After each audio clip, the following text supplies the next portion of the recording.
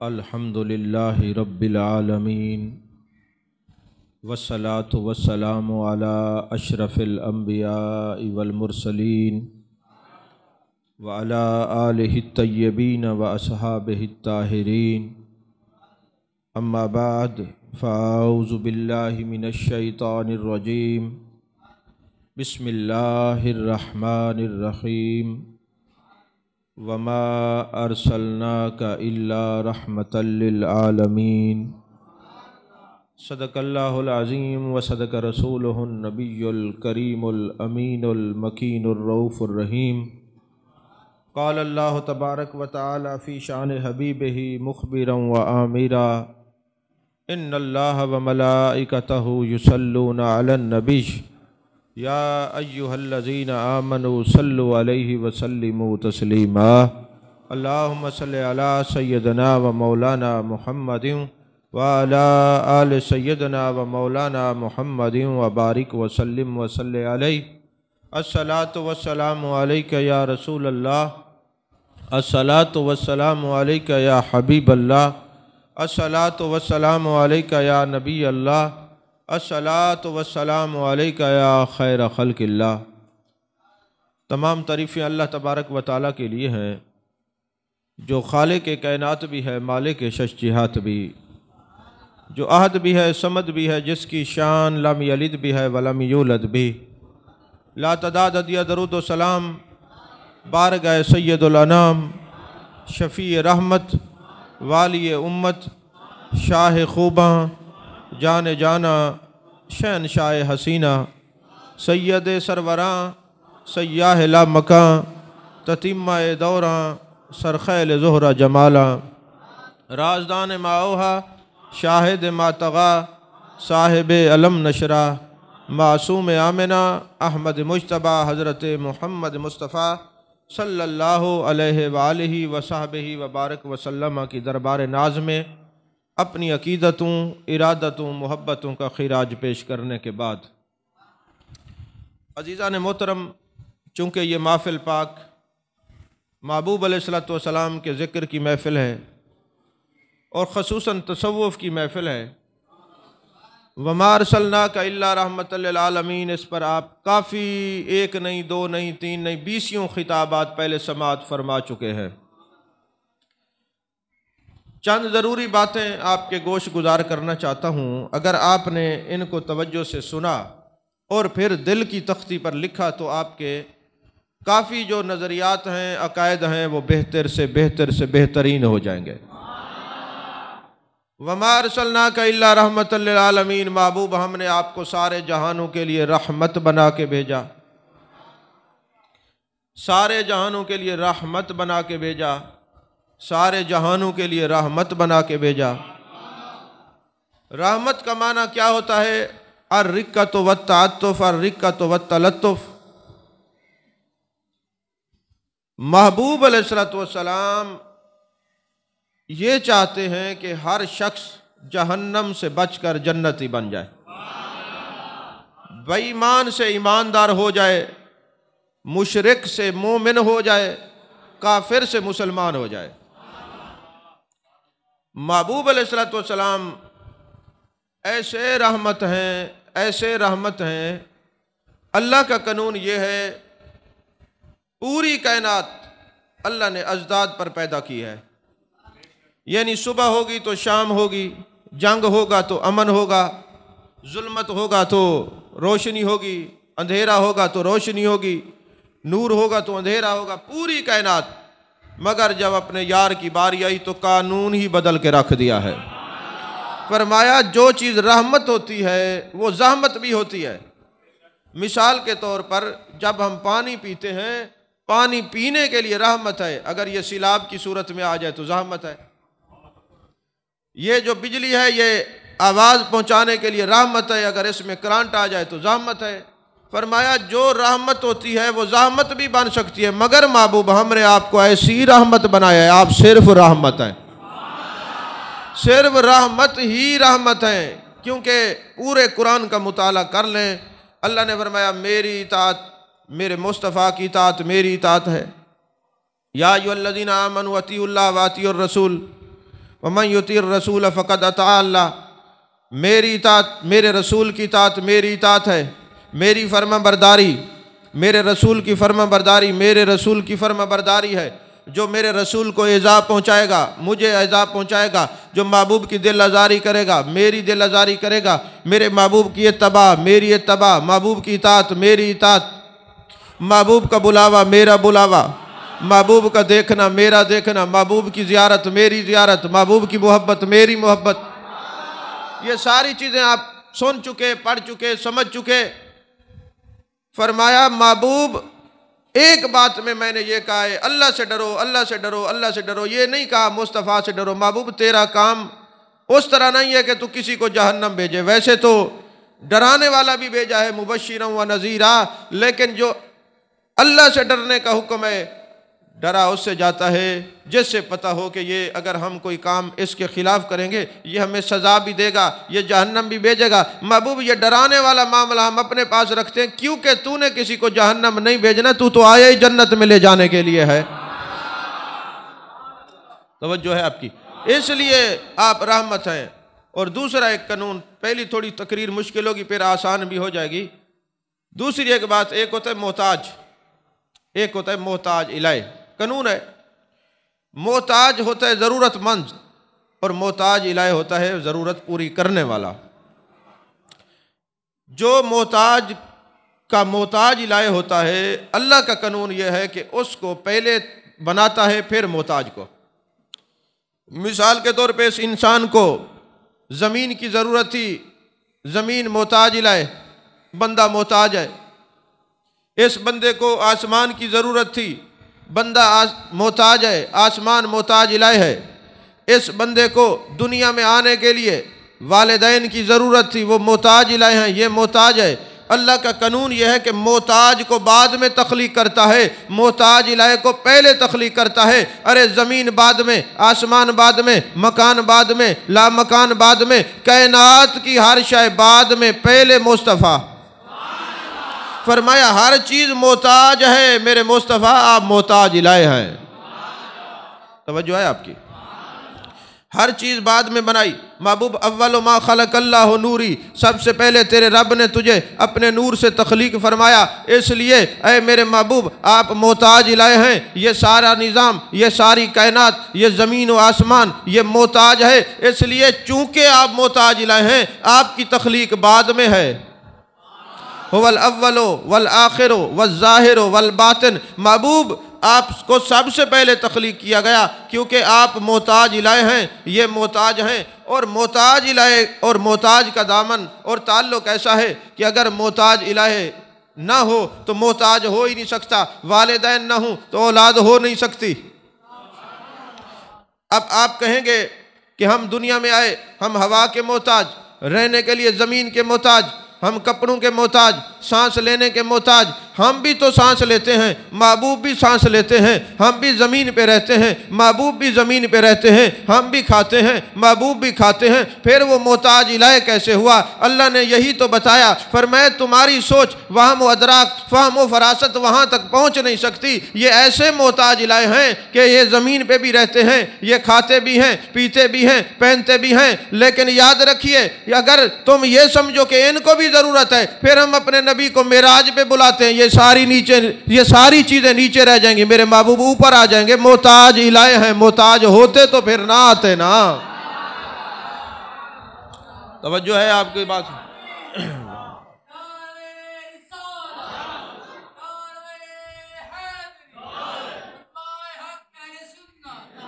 مچھلی کو پانی نہ ملے مر جاتی ہے، پرندے کو ہوا نہ ملے مر جاتا ہے۔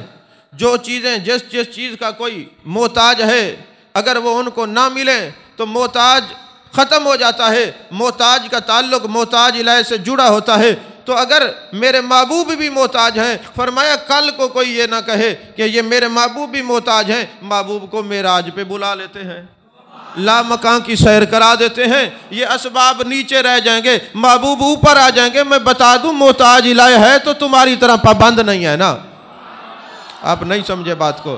محتاج الہ ہے نا تو تمہاری طرح پابند نہیں ہے۔ پھر یاد رکھیے، فرمایا ہم نے اپنے محبوب کو زمین پر پیدا کیا ہے تاکہ کوئی خدا نہ سمجھے، حضرت آمنہ کا بیٹا بنایا ہے تاکہ کوئی خدا نہ سمجھے، حضرت عبداللہ کا لخت جگر بنایا ہے تاکہ کوئی خدا نہ سمجھے، مکے میں ولادت کروائی ہے تاکہ کوئی خدا نہ سمجھے، حضرت سیدہ طیبہ طاہرہ عابدہ عالمہ فاضلہ کا بابا بنایا ہے تاکہ کوئی خدا نہ سمجھے۔ ہم نے محبوب کو مکے میں رکھا کوئی خدا نہ سمجھے، غار حرا میں بھیجا تاکہ کوئی خدا نہ سمجھے، غار ثور میں بھیجا تاکہ کوئی خدا نہ سمجھے، ہم نے مدینہ ہجرت کروائی تاکہ کوئی خدا نہ سمجھے، تجارت کروائی تاکہ کوئی خدا نہ سمجھے، مقام میں رکھا تاکہ کوئی خدا نہ سمجھے، پھر لا مقام پہ معراج پہ بلایا تاکہ کوئی خدا سے جدا نہ سمجھے۔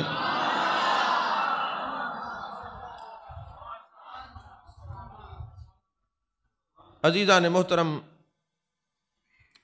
ایک سوال پھر ذہنوں میں آ سکتا ہے، چلیں یہ تو سمجھ آ گئی، محتاج الہ ہیں تو اس لیے زمین کا محتاج نہیں رکھا، لا مقام پہ بلایا تاکہ یہ شبہ بھی دور ہو جائے۔ لیکن مسئلہ یہ ہے کہ جب محبوب محتاج الہ ہیں پھر ہم محتاج ہیں، اور محبوب معراج پہ چلے گئے، پھر ہم کیسے زندہ رہے؟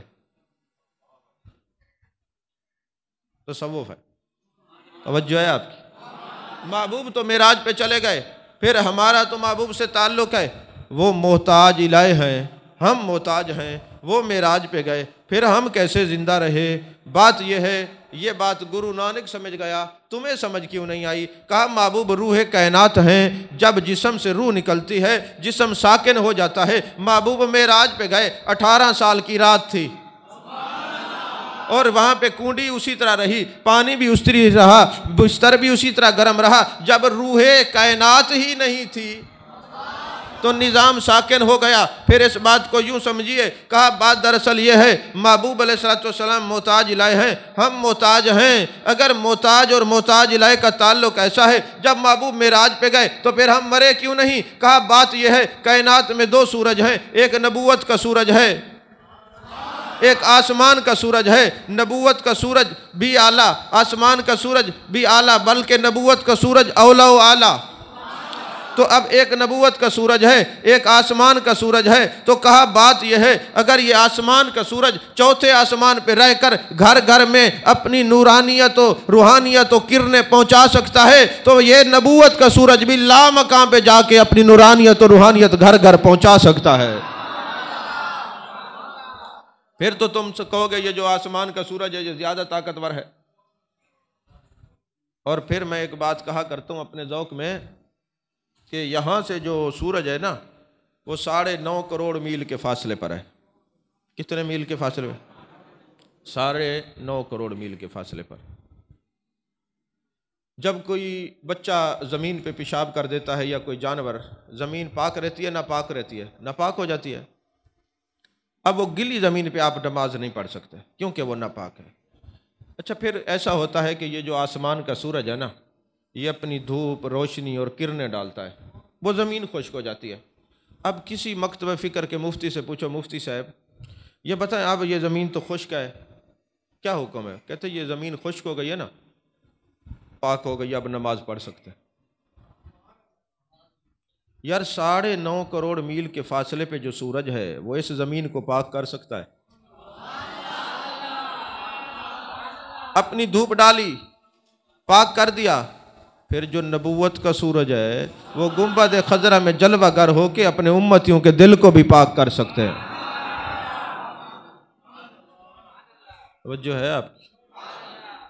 تو عزیزان محترم، آسمان کا سورج چوتھے آسمان پر ہے، لیکن اس کی روشنی مشرق میں، مغرب میں، شمال میں، جنوب میں۔ نبوت کا سورج بھی معراج پہ ہو کر بھی روحانیت گھر گھر میں موجود ہے۔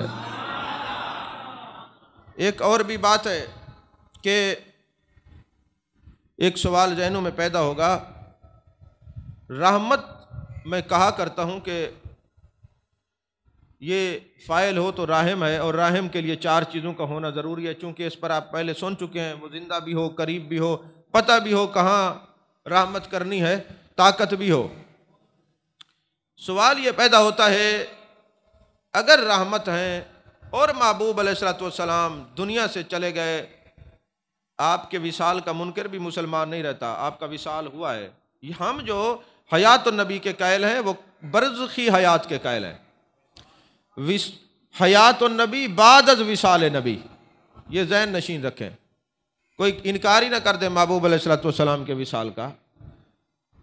بات یہ ہے کہ محبوب علیہ الصلوۃ والسلام اگر دنیا سے جا کر جیسے دوسرے لوگوں نے کتابیں لکھی ختم ہو گئے، پھر جو رحمت اور محتاج علیہ کا قانون ہے، اس سے تو ہمیں بھی مر جانا چاہیے۔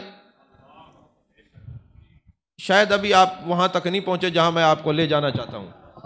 اگر وہاں سے آپ ان کے مطابق ختم ہو گئے اور حیات النبی کے قائل نہیں ہیں، تو پھر تو ہمیں بھی مر جانا چاہیے، کیونکہ محتاج الہ اگر ختم ہو جائے تو محتاج تو آٹومیٹک ختم ہو جاتا ہے، تو ہمیں بھی مر جانا چاہیے۔ ہم زندہ کیوں ہیں کہ ہمارے نبی زندہ ہیں۔ تو زندہ ہے واللہ، تو زندہ ہے واللہ میری چشم عالم سے چھپ جانے والے، چونکہ ہم زندہ اس لیے ہیں کہ ہمارے نبی زندہ ہیں، ورنہ ہمیں بھی ختم ہو جانا چاہیے۔ کیونکہ سید محمود بغدادی آلوسی رحمت اللہ علیہ فرماتے ہیں، رحمت للعالمین کہتے تبھی ہیں کہ محبوب کی رحمت ہر ایک پہ یکساں ہو اور محتاج الہ سے فیض محتاج کو یکساں ملے۔ اگر وہاں سے فیض منقطع ہو گیا تو وہ اگر گئے تو پھر ہم بھی تو مر جائیں نا۔ ہم زندہ کیوں ہیں؟ ہماری زندگی ہمیں بتا رہی ہے کہ ہمارا نبی بھی زندہ ہے تو ہم زندہ ہیں۔ اچھا، اس کو یوں سمجھیے، سانس لینے میں ہم محتاج ہیں، سانس محتاج الہ ہے۔ اچھا، سانس ہی ختم ہو جائے تو پھر بندہ زندہ رہے گا یا مر جائے گا؟ مر جائے گا نا۔ تو محبوب تو محتاج الہ ہیں، اگر محبوب ہی مٹ جائیں گے تو پھر ہم کیسے رہیں گے؟ ہم جو ہیں یہ بھی محبوب کی حیات کی برکت ہے۔ اچھا چلیں ایک اور مسئلہ بھی آگے اور حل کر دیتے ہیں۔ میرے آقا کا نام ہے محمد صلی اللہ علیہ وسلم، اور احمد، محمد کا معنی یہ ہے کہ جن کی سب سے زیادہ تعریف کی جائے، اور احمد کا معنی ہے جو سب سے زیادہ تعریف کرے۔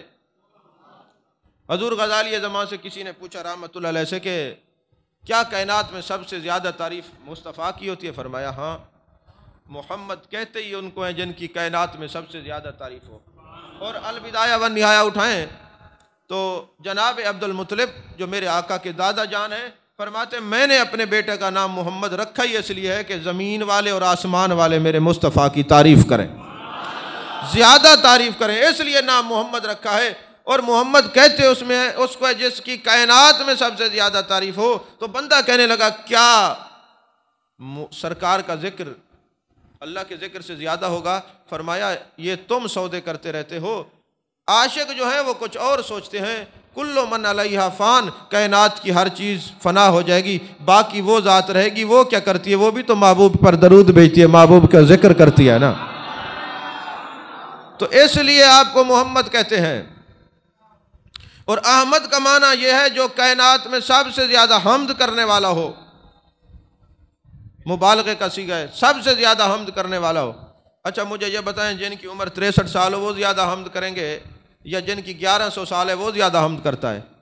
ظاہر سی بات ہے کہ 1100 سال جس کی عمر ہوگی اس کی حمد زیادہ ہوگی، جن کی 63 سال ہوگی ان کی عمر ان کی حمد بھی کم ہوگی۔ آپ کو یاد ہوگا ایک جگہ مجھے کسی نے یہ پرچی بھیجی تھی کہ اگر آپ لوگ حیات النبی کے قائل ہیں تو پھر اپنے نبی کی عمر مبارک کو 63 سال کیوں کہتے ہو؟ میں نے کہا جس نے یہ پرچی لکھی ہے ذرا کھڑا ہو جائے، ہم اس کی زیارت کر کے دیکھنا چاہتے ہیں کہ تمہیں اور کسی چیز پہ اعتراض نہیں آیا۔ بدبختی کی معراج تجھے نصیب ہوئی ہے کہ تو نے اپنے نبی کی زندگی پر سوال کر دیا۔ جب اس کو کھڑا کر کے ہم نے اس سے پوچھا یہ بتائیں کہ تم جب پیدا ہوئے تھے ماں کے پیٹ میں کتنا عرصہ رہے ہو؟ کہتے 9 ماہ رہے ہیں۔ تو میں نے کہا وہاں زندہ تھے یا مر گئے تھے؟ کہا زندہ تھا۔ میں نے کہا ڈیٹ آف برتھ میں وہ 9 مہینے کیوں شمار نہیں کرتے؟ کہا بات یہ ہے ماں کے پیٹ کا جہان اور ہے، میں نے کہا قبر کا بھی جہان اور ہے، وہ گنتی نہیں ہوگا۔ نہیں سمجھ آئی؟ تو تم ماں کے پیٹ میں رہو 9 مہینے اور رہو زندہ، اور جب تم پیدا ہو جاؤ اور ہمارے سامنے وہ بدبخت اور مکروہ چہرہ لے کے آ جاؤ جو نبی پر اعتراض کرتا ہے، تو ہم بھی تو پوچھیں گے جب تم 9 ماہ ماں کی قبر میں تھے، ماں کی پیٹ میں تھے، وہاں تم زندہ تھے، وہ 9 ماہ ڈیٹ آف برتھ میں کیوں نہیں لکھتے؟ کہا ماں کے پیٹ کا جہان اور ہے، وہ گنتی میں شمار نہیں آتا۔ تو میں نے کہا برزخ کا بھی جہان اور ہے، گنتی نہیں کیا جاتا۔ مطلب یہ نہیں ہے کہ وہ زندہ نہیں ہے۔ توجہ ہے آپ کی؟ تو 950 سال یا 1100 سال والا زیادہ حمد کرتا ہے، 63 سال والا کم حمد کرتا ہے، لیکن ان کا نام نوح علیہ السلام ہے، احمد نہیں، احمد میرے مصطفیٰ ہے۔ امام زرقانی نے لکھا، امام کستلانی نے لکھا، فرمایا او گنتی کرنے والو، تم جمع تفریق اور ضرب دینے والو سن لو، حضرت نوح علیہ السلام کی زندگی 1100 سال ہے، 900 سال ہے، 1100 سال تبلیغ کرتے رہے، 80 بندے مسلمان ہوئے، یہ سب کچھ ٹھیک ہے، لیکن تم وہ دیکھ رہے ہو 1100 سال ان کی زندگی کے، اور ہم دیکھ رہے ہیں جب سے آپ کا نور تخلیق ہوا ہے تب سے آپ احمد ہیں۔ اچھا پھر اگر معاذ اللہ آپ دنیا سے چلے گئے اور ان کے مطابق ختم ہو گئے، اللہ معاف کرے، خاک اللہ تعالیٰ ان کے منہ میں مٹی ڈالے، اگر ان کا نظریہ درست ہے تو پھر جبریل امی کو احمد ہونا چاہیے، کیونکہ جبریل تو زندہ ہے، مگر جبریل ہے، احمد نہیں۔ وجہ کیا ہے؟ کہا یہ احمد اس لیے ہیں کہ یہ جہاں بھی تھے وہاں بھی حمد کرتے تھے۔ پھر عبداللہ کی پشت تک جس نبی کی پشت میں رہے حمد کرتے رہے۔ آپ ان کے آباء و اجداد کا مطالعہ کریں، پڑھیں، ان کی زندگی میں آپ کے شجرہ نسب میں کتنے بزرگ ہیں جن کی پشت سے اللہ اللہ کی آوازیں آیا کرتی تھی، اللہ کے حمد کی آوازیں آتی تھی۔ فرمایا یہ پشتوں میں رہے تب بھی اللہ اللہ کرتے رہے، اللہ کی حمد کرتے رہے، یہ ماں کے شکم عطر میں آئے تب بھی حمد کرتے رہے، یہ دنیا میں آئے جب بھی حمد کرتے رہے، یہ مزار میں ہے تب بھی حمد کر رہے ہیں، اس لیے احمد ہے، ورنہ جبریل احمد ہوتا، احمد پھر بھی میرے مصطفیٰ ہیں کیونکہ حمد جو کر رہے ہیں۔ توجہ ہے؟ ایک بندہ کہنے لگا صحیح جناب ابو طالب کے ایمان پر 3 گروہ ہیں، ایک ایمان کا قائل ہے، ایک عدم ایمان کا قائل ہے، ایک خاموشی کا قائل ہے، سارے ٹھیک ہے، اس پر بحث نہیں کر رہا۔ کہنے لگے جی بات یہ ہے اگر آپ نبی کو بااختیار مانتے ہیں تو انہوں نے جناب ابو طالب کو کلمہ نہیں پڑھایا، تو اگر محبوب کا اختیار ہوتا تو وہ بات اپنی منوا نہ لیتے۔ میں نے کہا اگر کسی سے بات منوانے کو تم اختیار کہتے ہو تو یہ فتویٰ خدا پہ بھی لگتا ہے۔ جی کیسے؟ میں نے کہا اللہ نے شیطان کو کہا آدم کو سجدہ کرو، اس نے نہیں کیا، تو بات منوانے سے اگر بندے کے اختیار اور بے اختیاری کا پتہ چلتا ہے تو پھر شیطان نے میرے رب کی بات نہیں مانی، سجدہ نہیں کیا۔ اگر خدا کی بات نہ مان کر شیطان نے سجدہ نہیں کیا تو خدا کے اختیار پر بھی کوئی فرق نہیں، تو کوئی مانے یا نہ مانے میرے مصطفیٰ کے اختیار پر بھی کوئی فرق نہیں۔ اہل علم سمجھیں، باقی تو اوپر اوپر سے گزر گئے۔ عزیزان محترم، کوئی یہ کہے عجیب بات ہے جی میرے گھر میں بجلی ہے مگر منگلہ ڈیم میں نہیں ہے، تربیلا ڈیم میں نہیں ہے، فلاں نہیں ہے، تو کہیں گے بے وقوف، یہ کیسے ہو سکتا ہے؟ منگلہ ڈیم بجلی نہ ہو تیرے گھر میں ہو، تربیلا ڈیم میں بجلی نہ ہو تیرے گھر میں ہو، تھرمل پاور کے اندر بجلی نہ ہو تیرے گھر میں ہو، یہ کیسے ہو سکتا ہے؟ تو پاگل ہے۔ تھرمل پاور میں بجلی ہوگی تیرے گھر میں ہوگی، نہیں سمجھ آئی؟ تربیلا ڈیم بجلی ہوگی تیرے گھر میں ہوگی، منگلہ ڈیم ہوگی تیرے گھر میں ہوگی۔ اگر مزار میں حیات ہوگی تو تو بھی حیات ہوگا، وہاں حیات نہیں ہوگی تو تو بھی حیات نہیں ہوگا۔ ایک اور بات سنیے، آپ لوگ ڈائریکٹ والے ہیں وسیلے کی، آپ سے نہیں، وہ جو انکار کرتے ہیں ان کو کہہ رہا ہوں۔ آپ کہتے ہیں جی ہم ڈائریکٹ والے ہیں، چلیں آپ ایسا کریں اپنے گھر بنائیں، وائرنگ کروائیں، سیدھے منگلہ ڈیم پہنچیں، جناب میں نے بجلی لگوانی ہے۔ تربیلا ڈیم پہنچے میں نے بجلی لگوانی، وہ کہیں گے نامعقول اجہل، اور کوئی سنی بیٹھا گا تو کہے گا اخبص۔ بات یہ ہے کہ تم یہاں سے آ گئے، بجلی بنتی ہے ملتی نہیں ہے، بجلی ملے گی تمہیں تمہارے پوائنٹ سے۔ کہا ڈائریکٹ فیض لینے والے ابو بکر ہیں، عمر ہیں، عثمان ہیں، مولا علی ہیں. اب تم متحمل نہیں اس طرح فیض، وہ تو فیض دے رہے ہیں مگر تم اپنے پوائنٹ سے فیض لو. اب فیض لینا ہے تو جو تمہیں مراکز دیے گئے ہیں وہاں جاؤ، اور وہ تمہارا ہاتھ پکڑ کے پھر جانے کائنات کے پاس لے آئیں گے.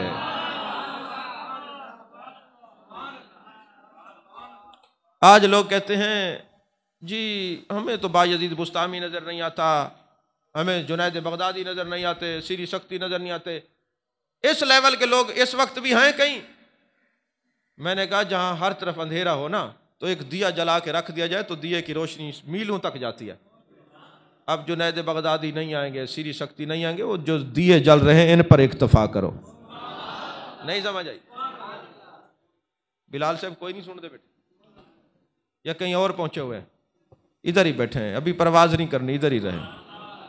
یہاں آپ سے بڑی پرواز کرنے والے پیچھے لوگ بیٹھے ہیں. ہاں جی، تو میں کیا کہہ رہا تھا، مجھے بات بول گئی.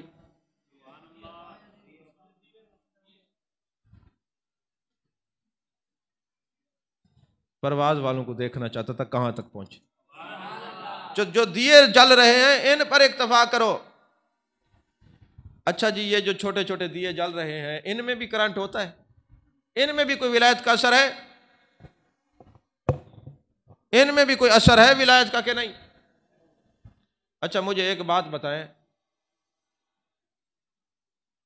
تربیلا ڈیم سے بجلی بنتی ہے، پھر چلتی ہے، منگلا ڈیم سے چلتی ہے، پھر کئی تھرمل پاورز میں آتی ہے، پھر آپ کے ٹرانسفارمر میں آتی ہے.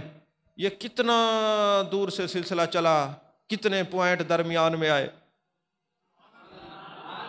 آپ کو زیادہ شوق ہے کہ یہ جو اتنی دور تو تربیلا ڈیم ہے، منگلا ڈیم ہے، یہ فائدہ اور نقصان دے سکتا ہے. میں نے کہا اس کی مثال سمجھنی ہے تو گھر میں جو سوچ لگائے ذرا انگلی دے کے دیکھو. اس میں نہیں سمجھ آئی بات ہے تو آئی یہ بجلی وہاں سے ہے، مگر تمہاری طبیعت کو یہ درست کرنے کے لیے کافی ہے جس کا سلسلہ اور شجرہ درست ہے، جو بھی بیٹھا ہے پہنچاتا وہیں تک ہے. تو نہیں سمجھ آئی میں نے کیا کہا ہے؟ تو یہ جو سلسلے جن کے کٹے ہوئے نہیں ہیں، جڑے ہوئے نہیں ہیں، جن کے سلسلے درست ہیں نا، ان کو بھی نہ سمجھو کہ وہ بالکل فارغ ہیں. اگر فارغ سمجھو گے تو گھر میں تمہارے سوچے جاتا منگلا ڈیم اور تربیلا ڈیم تک ہے، ذرا چھیڑ کے دیکھو تمہیں پتہ چل جائے گا. سمجھ آ رہی ہے بات کہ نہیں آ رہی؟ تو یہ کہنا کہ وہاں بجلی نہیں ہے اور ادھر ہے، غلط خام خیالی ہے. بجلی وہاں ہے تو ادھر ہے، حیات وہاں ہے تو ادھر ہے، ورنہ کچھ بھی نہ بچا ہوتا. عزیزان محترم، یہاں پر ایک بات اور آپ کا ذہنوں میں شبہ پیدا ہوگا، وہ یہ کہ وَمَا أَرْسَلْنَاكَ إِلَّا رَحْمَةً لِلْعَالَمِينَ، اللہ نے اپنے محبوب کو سارے جہانوں کے لیے رحمت بنا کے بھیجا. جب سارے جہانوں کے لیے رحمت ہے، سب پر رحمت برستی ہے، اللہ نے آپ کی ضد بھی پیدا نہیں کی، رحمت ہی رحمت ہے. پھر اس رحمت سے ابو لہب کو حصہ کیوں نہیں ملا؟ ابو جہل کو حصہ کیوں نہیں ملا؟ اگر رحمت ہے تو قرآن تو یہ کہتا ہے، الاعراف کے اندر اللہ تعالیٰ نے قرآن میں فرمایا رحمتی واسعت کل شیء، میری رحمت نے ہر ایک شے کو اپنے گھیرے میں لیا ہوا ہے. ارے مصطفیٰ پہ اعتراض کرنے سے پہلے خدا نے فرمایا میری رحمت نے ہر ایک شے کو گھیرے میں لیا ہوا ہے. تو اگر تم کہتے ہو مصطفیٰ کی رحمت نے ابو جہل اور ابو لہب کو فیض نہیں دیا، تو میں کہتا ہوں خدا کی رحمت نے ان کو فیض کیوں نہیں دیا؟ اور دوسری بات یہ کہ رحمت سے مراد محبوب ہیں. صوفیہ کہتے ہیں اللہ نے فرمایا جو میری رحمت ہے اس نے ہر ایک شے کو اپنے گھیرے میں لیا ہوا ہے. جو میری رحمت ہے، پتہ نہیں تم سمجھے کہ نہیں سمجھے، تو ہر شے محبوب کی رحمت کے گھیرے میں ہے. اب دوسری بات یہ کہ قرآن میں اللہ فرماتے وَنُنَزِّلُ مِنَ الْقُرْآنِ مَا هُوَ شِفَاءٌ وَرَحْمَةٌ لِّلْمُؤْمِنِينَ. مومن یہ جو قرآن ہے مومنوں کے لیے رحمت بھی ہے اور شفا بھی ہے. مومنوں کے لیے رحمت بھی ہے اور شفا بھی ہے. اور فرمایا وَلَا يَزِيدُ الظَّالِمِينَ إِلَّا خَسَارًا.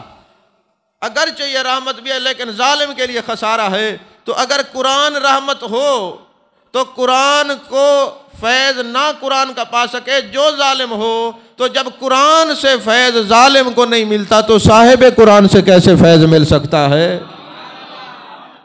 چلیں آپ کو یوں مثال دے کے سمجھاتے ہیں. بارش برس رہی ہو نا اچھی خاصی، تو جو برتن سیدھا ہوگا نا اسی کے اندر کچھ آئے گا نا. اور بارش کے اندر بارش بھی برس رہی ہے اور برتن الٹا ہے تو کچھ آئے گا اس کے اندر. تو بارش کو پانے کے لیے برتن کو سیدھا رکھنا ضروری ہے. دل کا برتن سیدھا ہوگا تو کچھ آئے گا نا.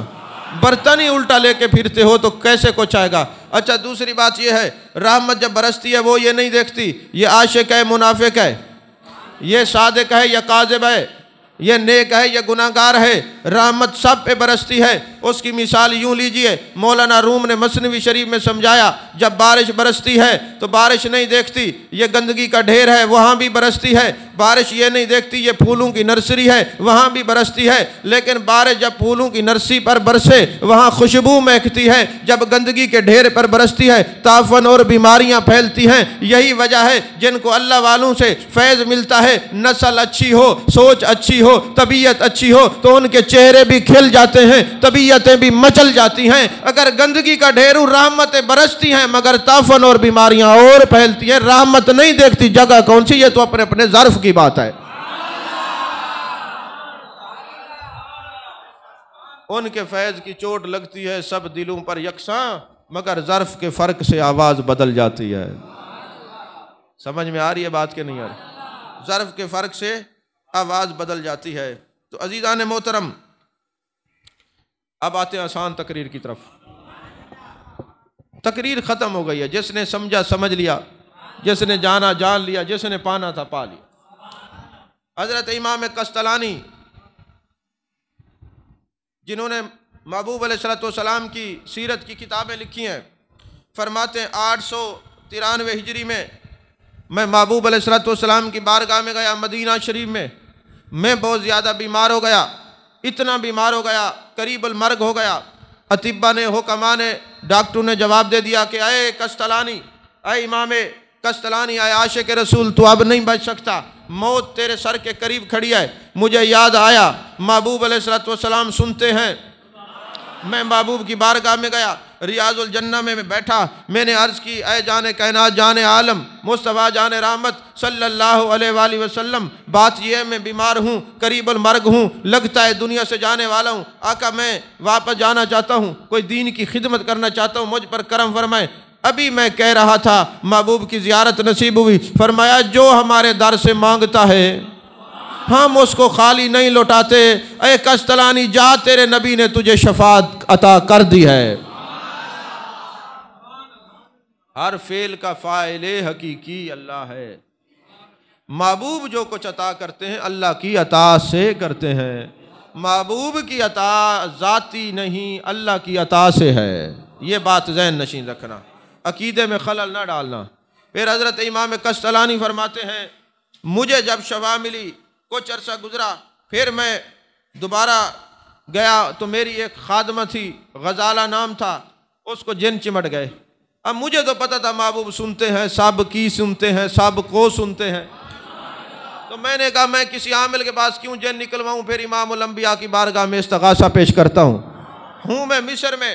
اور میری جو حبشیہ وہ خادمہ تھی اس کو جن چمٹے ہوئے ہیں. میں نے عرض کی یا رسول اللہ صلی اللہ علیہ وسلم، آپ کائنات کے سب ارسلت الی الخلق کافہ، جتنی چیزیں اللہ نے تخلیق کی سب کے رسول ہیں، یہ جن چمٹے ہوئے ہیں بڑے پریشان کرتے ہیں، ان کو حکم فرمائیے.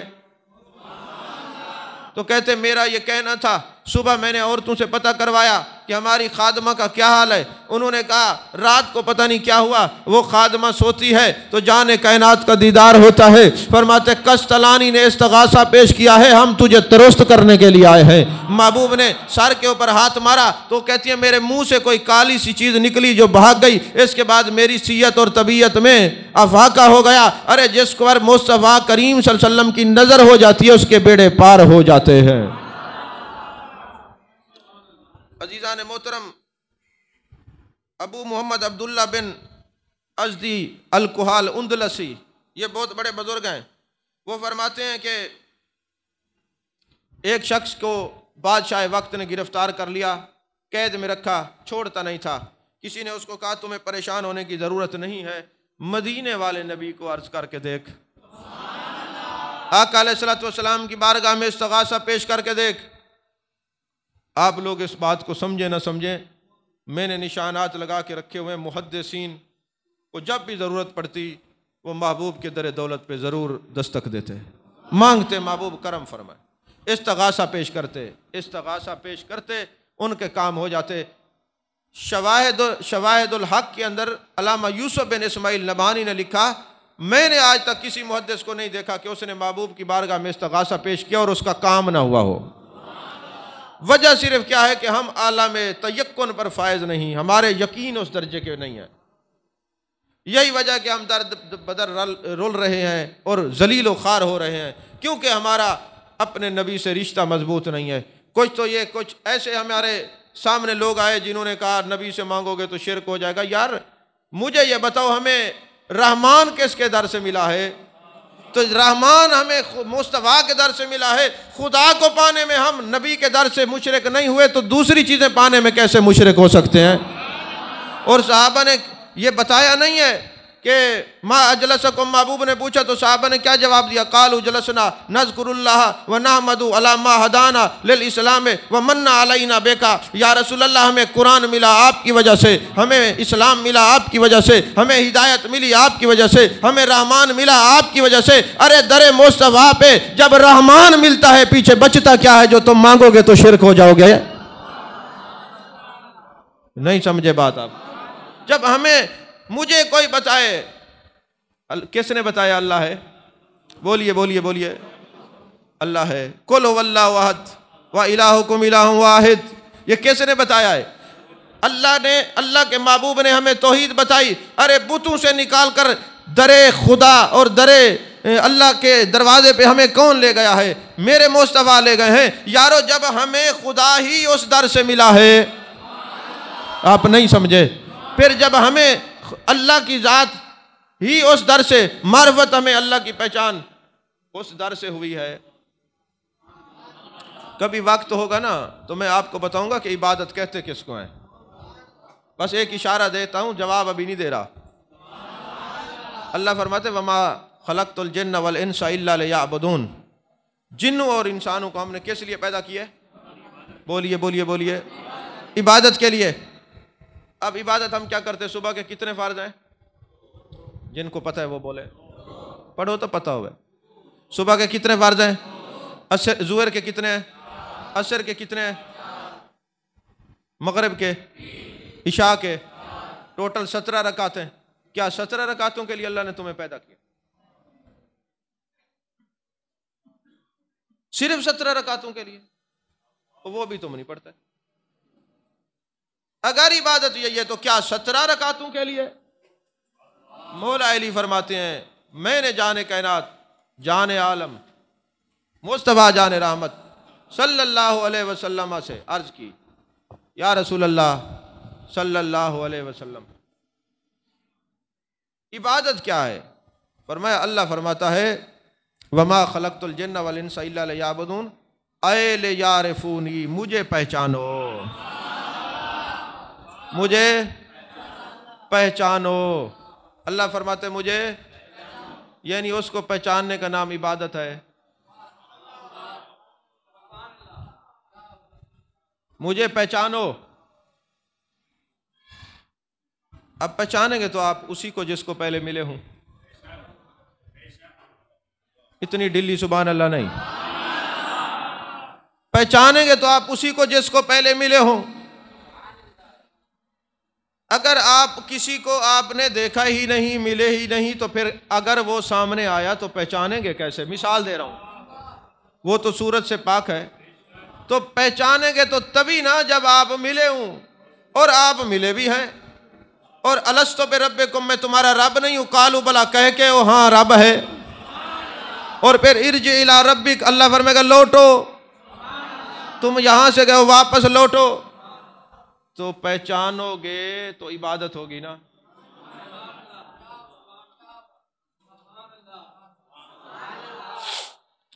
پہچانو گے تو عبادت ہوگی۔ یا پہچانو گے عبادت ہوگی، یا پہچان والوں کو ڈھونڈو گے جو پہچان کے بتائے گا یہ کون ہے۔ راز ہستی راز ہے جب تک کہ محرم نہ ہو، راز جب کھل گیا تو محرم کے سوا کچھ بھی نہیں۔ اب شیخ سعدی کہتے ہیں میں تب سمجھا یہ مفہوم کہ ہم اللہ والوں کے ہاتھ کیوں پکڑتے ہیں، جس دن میرے ابا جی نے مجھے سمجھایا۔ شیخ سعدی کون ہے؟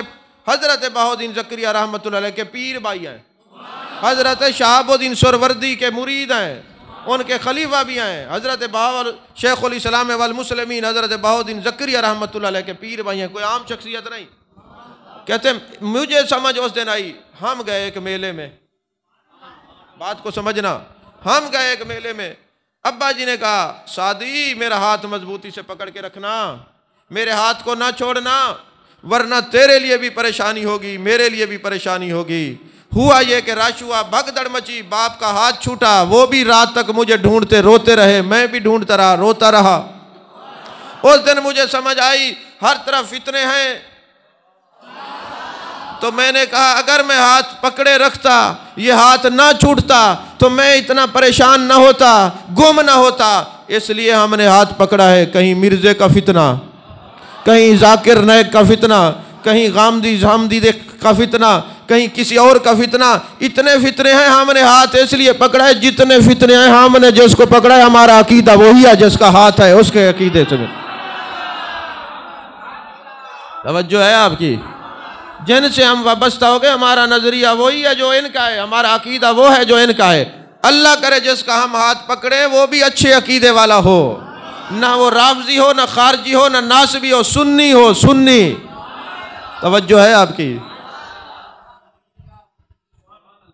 فرمایا دوسری بات بھی میں اس دن سمجھا کہ شیطان ہمیں کتنے چکر دے دے کے ہٹاتا ہے۔ کہا ایک دن نا میں گھر میں سونے کی ایک ڈلی پڑی ہوئی تھی، سونے کی ڈلی، سونے کی شکل اور گوڑ کی شکل ایک جیسی ہوتی ہے نا، تو کہتے میں بچہ تھا تو ایک سونے کی ڈلی ہمارے گھر میں پڑی ہوئی تھی، تو میں اس کو لے کے باہر چلا گیا، تو مجھے ایک 2 روپیہ مل گیا۔ اس نے کہا تیرا نام کیا؟ میں نے کہا میرا نام سعدی ہے۔ تو کہتے یہ کیا لیے پھرتے ہو؟ میں نے کہا بس گھر میں تھا میں لے آیا، مجھے نہیں پتا تھا یہ سونا ہے۔ کہتے ادھر آؤ۔ جب میں گیا تو اس نے اپنی ایک پوٹلی سے نا گوڑا نکالا، کہتے دیکھو دونوں کی شکل ایک جیسی ہے نا۔ بات میں بڑی دور کی کر رہا ہوں، اللہ کرے آپ سمجھیں، دونوں کی شکل ایک جیسی ہے نا؟ انہوں نے کہا بالکل۔ انہوں نے کہا اچھا زبان نکالو۔ میں نے زبان نکالی تو سونا میرے زبان پہ رکھا، کہتے کچھ ذائقہ ہے؟ میں نے کہا نہیں۔ اس نے گڑ رکھا، کہتے یہ ذائقہ ہے؟ میں نے کہا میٹھا ہے۔ کہتے بتاؤ اب کون سی چیز لوگے؟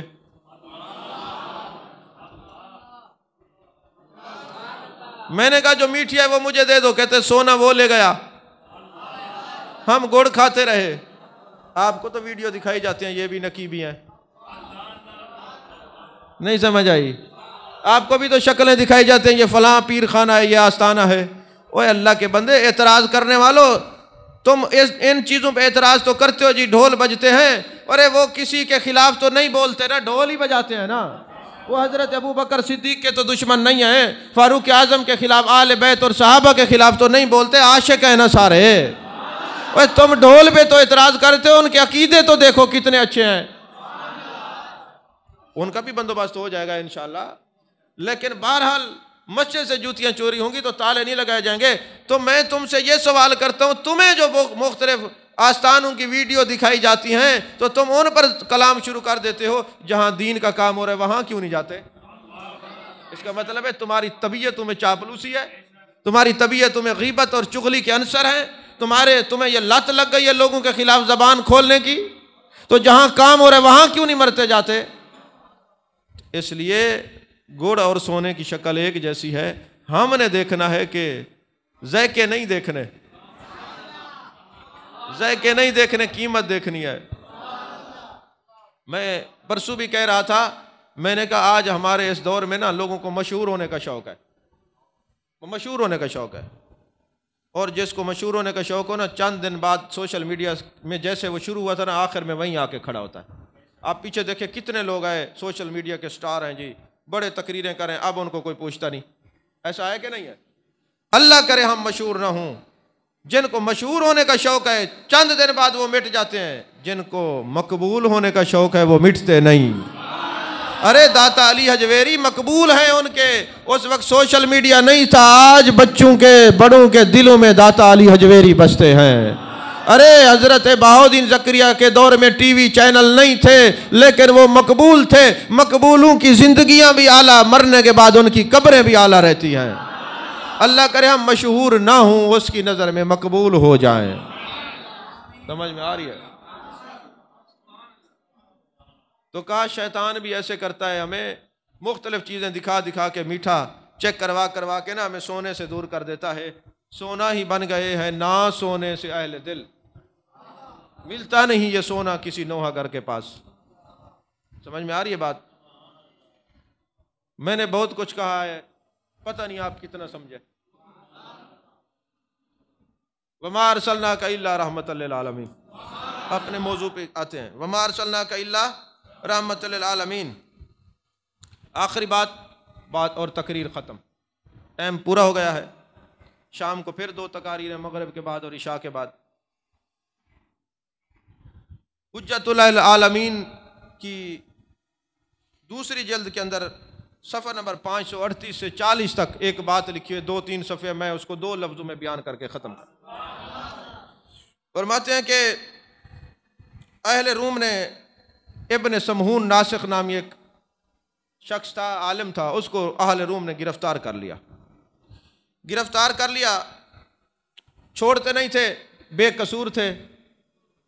ایک دن نہ ایک بندہ جیل سے نکلا، تاجر تھا، اور وہ جا رہا تھا مدینے۔ یہ شخص کہتا ہے جب وہ مدینے کا نام اس نے لیا، میں مدینے جا رہا ہوں، میں نے خط لکھا،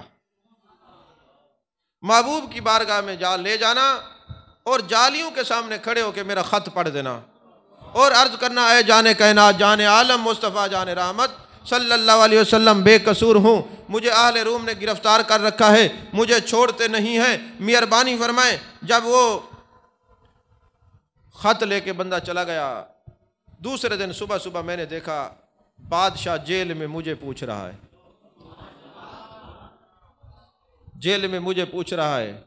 میں سامنے ہوتا ہوں تو پوچھتا ہے، اے ابن سمہون، یہ بتا، یہ خط آیا مدینے سے ہے، مہر مدینے کی لگی ہوئی ہے اور تیرا نام لکھا ہوا ہے، اور کہا ہے تیرے نبی کا حکم ہے، بادشاہ وقت اس کو چھوڑ دو، جیل میں بیٹھ کے مجھے پکار رہا ہے۔ نہیں سمجھے آپ؟ اس کو چھوڑ دو تو بتا تیرا تعلق کتنا ہے اپنے نبی سے، مجھے سارا واقعہ بتا۔ میں نے کہا میں نے خط یہ دیا تھا، جالیوں کے سامنے کھڑے ہو کے خط سنا دینا، حال دل سنا دینا۔ محبوب آپ کے ہوتے ہوئے ہم کس کو سنائیں؟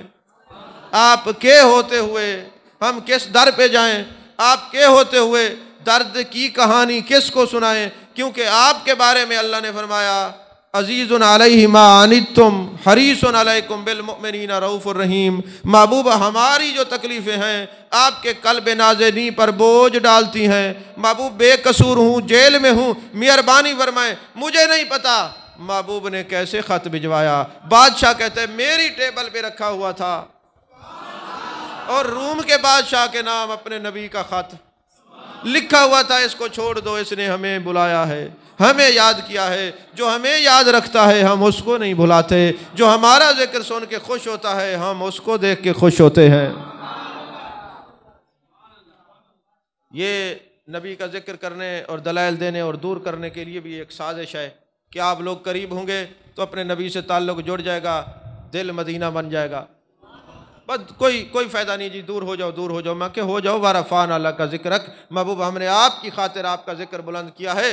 اب مجھے بتائیں، اگر آپ ڈیپلی اس آیت کو غور سے سنیں نا، ڈیپلی گہرائی میں جائیں، اللہ فرماتا ہے محبوب ہم نے آپ کی خاطر آپ کا ذکر بلند کیا ہے۔ اب اللہ نے فرمایا محبوب ہم نے آپ کا ذکر بلند کیا ہے، کس نے بلند کیا ہے؟ اب جس کی شان اللہ کی نظر میں بلند ہوگی اسی سے یار کا ذکر کروائے گا نا، سب سے تو نہیں کروائے گا نا، جو اس کا پسندیدہ ہوگا۔ بھئی دیکھیں نا، ان الذین آمنوا وعملوا الصالحات سیجعل لهم الرحمن ودا، قرآن ہے کہ جو ایمان لایا، نیک عمل کیا، ہم اس کی محبتیں لوگوں کے دلوں میں بٹھا دیتے ہیں۔ ذرا غور کیجئے، 2 باتیں ہیں یہاں پہ، سیجعل لهم الرحمن ودا، ایسے ہے نا، تو یا رحمان ہے اللہ کیوں نہیں ہے؟ کہا اس میں اللہ ہوتا نا رحمان کی جگہ تو اس کا معنی یہ ہوتا کہ اللہ نے اپنے دوستوں کی محبت ہر دل میں بٹھائی ہے، اور یہ رحمان لگا کے یہ بتایا ہے جو اللہ کے پسندیدہ دل ہوں ان دلوں میں اپنے یاروں کی محبت بٹھاتا ہے، ہر دل میں نہیں۔ تو جو عام ایمان لائیں ان کی محبت دلوں میں بٹھاتا ہے، اور جو ایمان کی دولت سے نوازیں، جو اس کا محبوب ہو اس کی محبت کون دل سے نکال سکتا ہے، اس کا ذکر کون مٹا سکتا ہے؟ وَلَلْآخِرَةُ خَيْرٌ لَكَ مِنَ الْأُولَىٰ۔ ہم اپنے نفس کے تابع ہو چکے ہیں، اس لیے پریشان ہیں۔ کاش ہم اپنے رسول کی امان میں آ جائیں، اپنے رسول کی امان میں آ جائیں۔ مجھے نا ایک بندہ ملا مدینہ شریف میں، تو اس نے ایک بڑی زبردست بات کی۔ میں نے کہا حضرت نصیحت کریں، مصر کا تھے، بہت بڑے عالم تھے، اور میں نے سن رکھا تھا کہ ان کو جاگتے ہوئے محبوب کا دیدار ہوتا ہے۔ میں نے ان سے کہا، مدینہ میں بیٹھے ہوئے تھے، میں نے کہا حضور کوئی نصیحت فرمائے۔ اس نے کہا 2 باتوں کا خیال رکھنا، ایک تو یہ ہے کہ جب یہاں سے نکلنا الوداعی سلام نہ پیش کرنا، اپنے نبی سے الوداع ہو کے کہاں جاؤ گے؟ ہائے ہائے ہائے، نہیں سمجھے؟ النبی اولیٰ بالمؤمنین من انفسہم، اے ایمان والو میرا نبی تمہاری جان سے زیادہ قریب ہے۔ قاسم ننوتوی جیسا بندہ تحذیر الناس میں لے گیا، اقرب کا معنی ہے اتنا قریب، اتنا قریب، اتنا قریب، اتنا قریب کہ تمہاری جان تم سے دور ہے، جان کائنات تمہاری جان سے بھی زیادہ قریب ہے۔ فرمایا نبی سے الوداع ہو کے کہاں جاؤ گے؟ پتہ نہیں آپ کتنے سمجھے ہیں، میں تو بہت دور چلا گیا۔ کہا نبی سے الوداع ہو کے کہاں جاؤ گے؟ میں نے کہا دوسری نصیحت فرمائے۔ فرمایا دوسری نصیحت، میں نے کہا سمجھ آ گئی، دوسری نصیحت فرمائے۔ انہوں نے کہا بات یہ ہے، آپ کو پتہ ہے میرے آقا کو کافر بھی صادق اور امین کہتے ہیں۔ یہ باتیں کتابوں میں لکھی ہوئی نہیں ہوتی، یہ بزرگوں کی جوتیاں اٹھانے سے نصیب ہوتی ہیں۔ ہر بات لکھا ہوا نہیں، تم کہو گے جی ہر بات لکھی ہو دکھاؤ، تو پھر ہم بھی کچھ کہیں گے لکھا ہوا دکھاؤ، پھر پریشان ہو گئے۔ کہنے لگا بات یہ ہے، کافر بھی میرے مصطفیٰ کریم صلی اللہ علیہ وسلم کو صادق اور امین کہتے ہیں۔ میں نے کہا جی بالکل کہتے ہیں۔ فرمایا مواج شریف پہ کھڑے ہو جانا، نظریں جھکا لینا، ہو سکے تو آنسو بہا لینا، نہ بہا سکو تو رونے والی شکل بنا لینا، اور پھر عرض کرنا یا رسول اللہ صلی اللہ علیہ وسلم آپ کو کافر بھی صادق اور امین کہتے ہیں، میں لا الہ الا اللہ محمد الرسول اللہ کلمہ آپ کی بارگاہ میں امانت رکھتا ہوں، جب میں دنیا سے جاؤں مجھے زیارت بھی کرا دینا، خود کلمہ بھی پڑھا دینا۔